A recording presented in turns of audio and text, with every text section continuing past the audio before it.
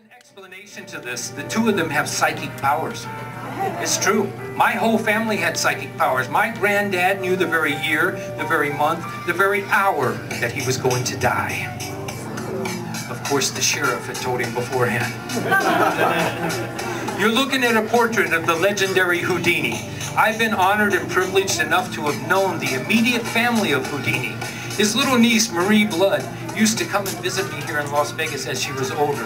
When she was a little girl, she lived at 278 West 113th Street in New York City in the summer times. And Houdini himself used to take her by the hand and lead her to the theater, set her in the seat, and she used to sit there and watch her great uncle perform his magic and his death-defying escapes.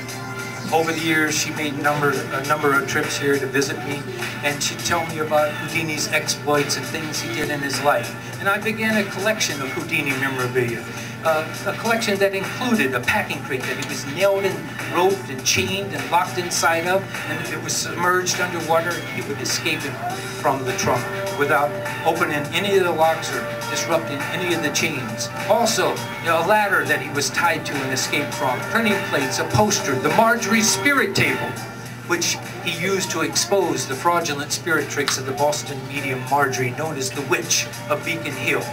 But over the years, there have been a lot of people who followed in Houdini's footsteps, and one of them was a cowboy. His name was Tom Horn. Now, Tom Horn was executed for murder, but after he was executed, they found out he wasn't guilty. But in order to lead him to the gallows, they created a special device that is used even today, as we speak, known as the Tom Horn transport belt. This is what it looks like. It's made out of heavy leather and chains and master padlocks. And I'm going to show you what it looks like on a person. You see, it goes around the waist and it fastens at the back. Now, the reason it fastens at the back is so when your hands are shackled in the front with the leather straps and the chains, and those chains are pulled up tight and locked with the master padlocks, it makes it impossible for you to reach those buckles in the back in order to release yourself. And I know what a lot of you are thinking, that the chains aren't real, the locks aren't locked, so I'm going to go out there and let you check it out for yourself. All right. You want to check that out, young lady? Pull on that, young man. You want to check it out?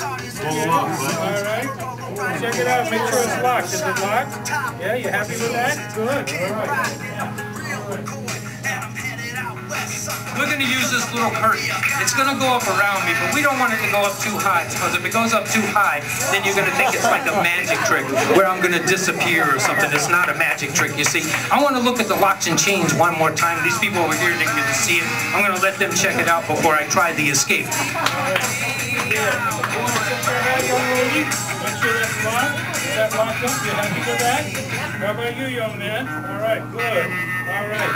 You two over here can borrow this later.